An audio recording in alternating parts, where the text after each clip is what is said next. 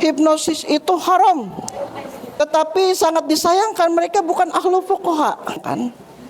Di luar sana mereka tidak tahu ilmunya, mereka tidak paham, mereka tidak terlibat di dalamnya. Mereka katakan ini haram.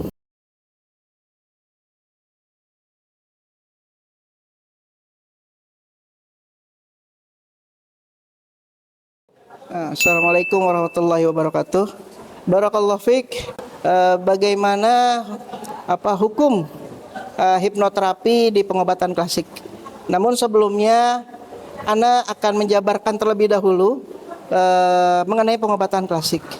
Ya, pengobatan klasik itu kita yang paham dari keilmuan kami begitu. Pengobatan klasik ini berasal dari Mesopotamia kuno atau Mesir kuno. Kemudian dijabarkan di India dan Cina, ya. India dengan Ayurvedanya dan Cina dengan traditional Chinese medicine di abad 2000 sebelum Masehi. Kemudian Rasulullah sallallahu alaihi wasallam di abad kelima Masehi beliau hidup dan beliau membuat pengobatan-pengobatan yang baik untuk umat, termasuk di dalamnya bekam, kemudian fasdu, gurah, kei, ruqyah dan lain-lain. Pengobatan klasik ini menitik beratkan kepada 3 terapi. Yang pertama adalah terapi kejiwaan. Traditional Chinese medicine menyebutnya Shen Fu atau terapi jiwa. Kemudian kita masuk juga ada Wei Fu atau terapi fisik, yang di dalamnya kita paham ada bekam, ada gurah, ada fasdu, ada akupuntur, pijat dan lain-lain. Itu terapi fisik. Kemudian yang ketiga adalah terapi internal atau terapi-terapi yang dimasukkan ke dalam rongga-rongga yang ada di badan manusia. Apa yang kita sebut terapi internal atau terapi herbal atau terapi asupan makanan, terapi gizi, kita sebut dengan Neifu. Jadi ada Shen Fu, ada Wei Fu, ada Neifu. Kita mengkerucutkan ini di terapi kejiwaan.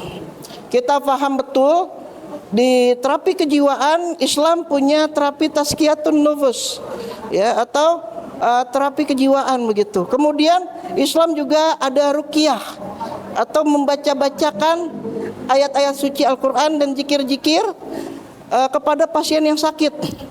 Bukan hanya untuk pengobatan metafisik atau yang berhubungan dengan jin. Tidak, bukan hanya itu, tetapi juga berhubungan dengan emosional. Oke, kita pahami juga di dalam pengobatan klasik TCM misalnya, ini manusia terbagi menjadi 5 unsur, di mana yang unsur-unsurnya memiliki emosional masing-masing. Kemarahan yang berlebih mengganggu liver. Bahkan kata Rasulullah SAW, jantung yang apabila banyak tertawa akan mati. Kemudian merenung yang banyak akan mengganggu lambung dan limpa. Kemudian juga sedih yang terlalu berlebih akan merusak paru-paru. Kemudian juga ketakutan, kecemasan akan merusak ginjal. Mengenai emosional tersebut, di dalam Islam ada tazkiyatun nufus. Oke, tapi jauh sebelum itu ada mesmerisme, ada hipnosis. Nah, kita bicara sekarang mengenai hukum daripada hipnosis.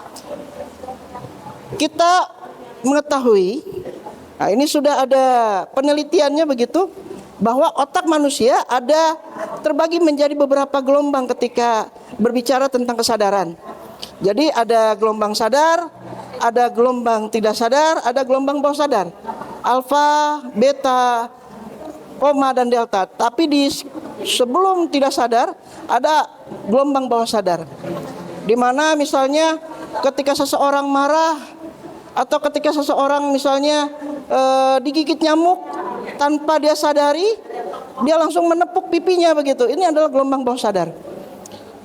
Nah, kalau kita bicara gelombang bawah sadar, sebenarnya gelombang bawah sadar ini atau pikiran bawah sadar ini yang menguasai tubuh manusia, pikiran manusia. Jadi sesuatu yang bersifat emosional, sesuatu yang bersifat psikis, sesuatu yang bersifat kejiwaan, kita masukkan sugestinya di bawah sadar tersebut. Nah, saya akan berkomentar mengenai Apa hukum hipnosis? Memang banyak teman-teman kita yang sangat disayangkan ini berfatwa bahwa hipnosis itu haram. Nah, tetapi sangat disayangkan mereka bukan ahlu fuqaha, bukan ahli fikih. Isi fatwanya pun batil. Mereka menulis di situ hipnotis haram. Sedangkan kita harus tahu hipnotis itu berbeda. Hipnosis adalah kegiatannya, pekerjaannya, bagaimana cara menidurkan orang dan memberikan sugesti kepada manusia. Sedangkan hipnotis adalah pelakunya, si dokternya. Nah, di dalam ilmu fikih tidak ada haram untuk seseorang manusia atau tidak ada haram untuk si pelaku. Yang haram adalah kegiatannya. Nah, kita komentar, banyak memang yang berseliweran bahwa hipnotis itu haram. Bagaimana seseorang bisa mengharamkan pelaku kegiatan hipnosis? Oke, berarti orang yang mengharamkan tersebut tidak memahami proses dan cara kerja hipnosis. Jadi sebenarnya proses atau cara kerja ini adalah hipnosis. Nah, hipnosis ini memiliki proses dan cara kerja atau kita sebut SOP, Standard Operational Procedure. Tadi saya katakan bahwa tugas atau tujuan hipnosis adalah memberi masukan atau sugesti ketika seseorang otaknya berada di gelombang bawah sadar. Nah, ini juga saya akan luruskan. Yang saya luruskan bukan alam bawah sadar. Fitnah alam bawah sadar ini membawa hipnosis ke dalam identiknya itu adalah ilmu metafisik. Tetapi hipnosis ini bukan ilmu metafisik. Murni semuanya ada standar operasional prosedur. Kami yang belajar kejiwaan, teman-teman yang belajar psikologi, teman-teman yang belajar psikiatri sudah memahami bahwa ada proses cara kerja. Di sini ada kita membangun report. Di sini kita ada induksi. Induksi itu adalah bagaimana cara menidurkan orang. Itu ada caranya semua. Kemudian sebelum kita memberikan sugesti, itu ada yang namanya terminasi. Bagaimana orang bisa betul-betul terlelap dulu, baru kita bisa masukkan sugesti. Nah, fitnahnya memang banyak orang-orang yang terfitnah dengan gendam. Jadi saya akan jelaskan juga bahwa hipnosis dan gendam itu berbeda. Hipnosis murni dia memiliki standar operasional prosedur dan juga mohon maaf, hipnosis sama seperti ruqyah. Si pasien atau kita sebut suyet di dalam hipnosis ini perlu ada izin dari pasiennya, perlu ada izin dari suyetnya. Ketika suyet atau pasien mengizinkan, maka proses hipnosis atau hipnosis terapi itu akan terjadi. Tetapi kalau pasien atau suyetnya menolak, ini tidak akan terjadi. Saya kembali lagi, hipnosis terfitnah sama seperti gendam. Apa itu gendam? Gendam adalah ilmu sihir yang menggunakan keterlibatan jin di dalamnya. Ketika orang tidak memerlukan izin seseorang tersebut, maka dia bisa memberikan sugesti untuk perlakuan-perlakuan yang sifatnya mohon maaf, kriminologi dan lain-lain. Jadi hipnosis itu bukan gendam, dia punya standar operasional prosedur. Dia harus izin kepada pasiennya. Ketika pasien mengizinkan, ya saya mau dihipnosis, ya saya mau diruqyah, maka kegiatan itu akan terjadi. Apabila pasien tidak mengizinkannya, apabila pasien tidak mau, maka proses hipnosis akan terjadi gagal. Dia tidak akan bisa tertidur dan lain-lain. Barakallahu fiik, itu saja. Jadi kita harus pahami dulu apa isinya, apa proses kerjanya, baru kita mengeluarkan hukum.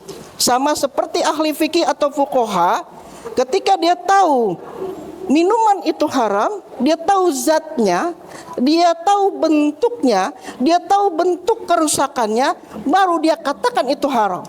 Tetapi banyak yang saya sayangkan, di luar sana mereka tidak tahu ilmunya, mereka tidak paham, mereka tidak terlibat di dalamnya, mereka katakan ini haram.